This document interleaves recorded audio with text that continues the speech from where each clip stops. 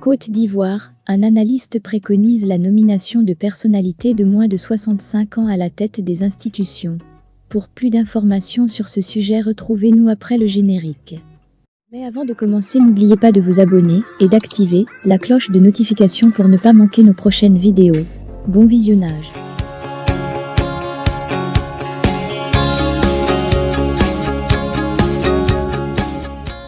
Selon l'analyste Ange de Geny, préconise la nomination de personnalités de moins de 65 ans à la tête des institutions de la République, afin de garantir leur efficacité. Cette limite d'âge serait appliquée pour les prochains présidents des institutions de la République, étant donné que les mandats actuels du président de la Haute Autorité pour la bonne gouvernance et du médiateur de la République prendront fin en juillet 2023 et avril 2024 respectivement. Dans l'exercice de ses fonctions de président de la République, chef de l'administration publique, nomme les présidents des institutions de la République. L'une des missions de ces présidents des institutions de la République est de gérer leur structure, en application de la loi fondamentale de notre pays, et surtout des orientations politiques du président de la République. Les présidents des institutions de la République, considérés comme des obligés du chef de l'État, sont invités et associés à la majorité des cérémonies officielles initiées par la présidence de la République. Il est de notoriété publique que nos cérémonies officielles connaissent parfois des extensions, heures de démarrage retardées, cérémonies plus longues que prévues, etc.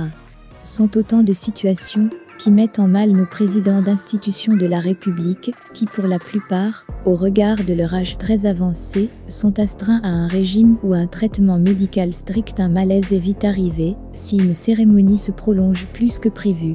Selon l'analyste Ange de Geny, l'ex-président américain Barack Obama disait: l'Afrique a besoin d'institutions fortes.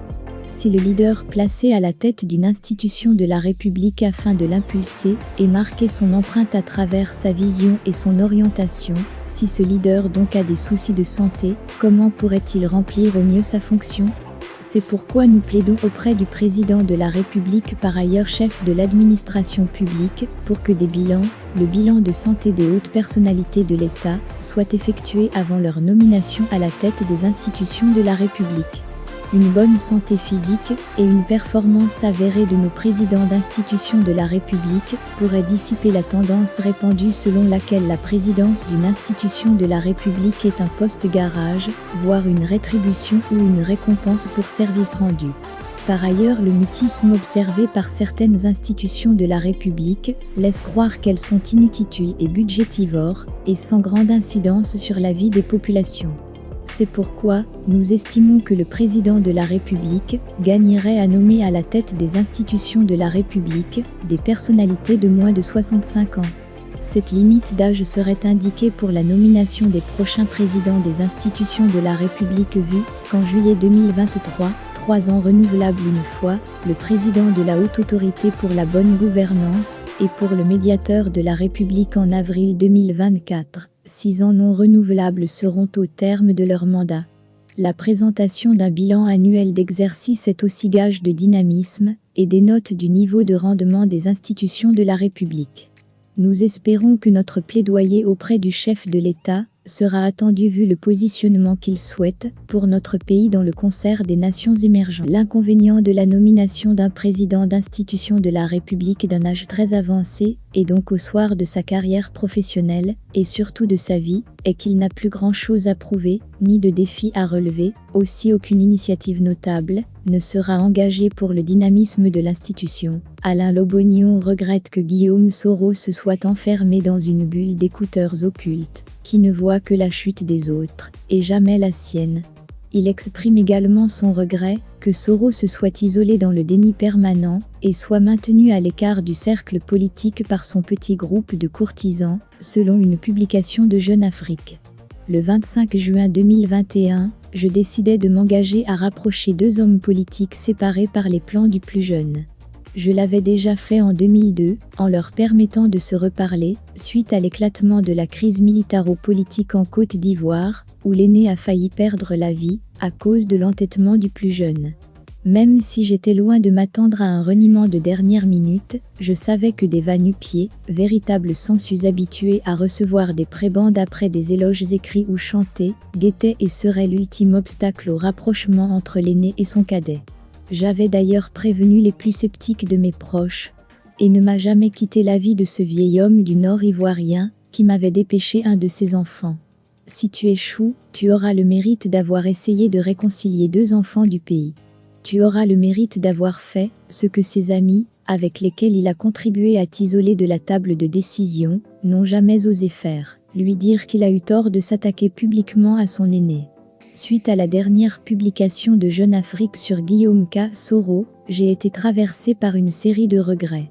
Regret de n'avoir pas réussi à faire comprendre à mon frère et ami qu'il a eu tort de m'avoir fermé son écoute alors qu'il m'avait invité à le rejoindre en France pour trouver une solution à ses problèmes avec le président Alassane Ouattara.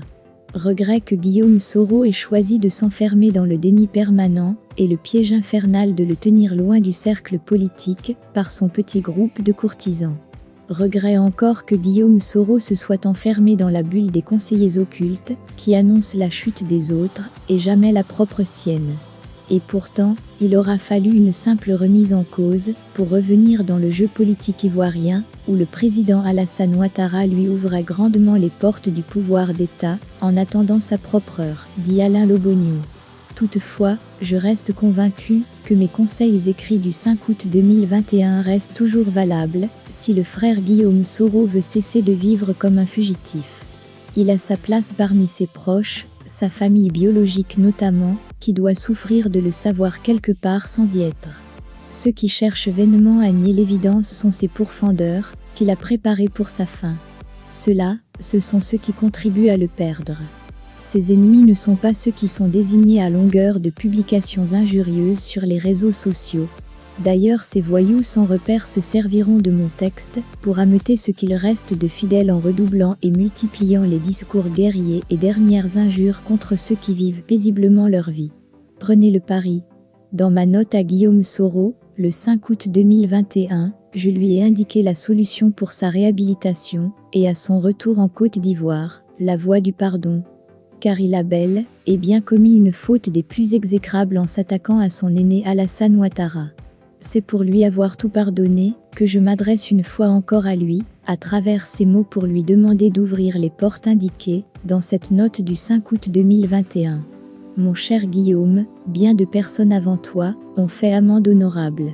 Il est temps de sortir du déni et des manipulations en mettant fin au triste, fade et immonde spectacle des intermittents qui t'entourent et qui t'ont fait perdre l'estime et l'amitié de tes vrais amis. Un ennemi ne te donnera jamais de telles orientations. Pense à tes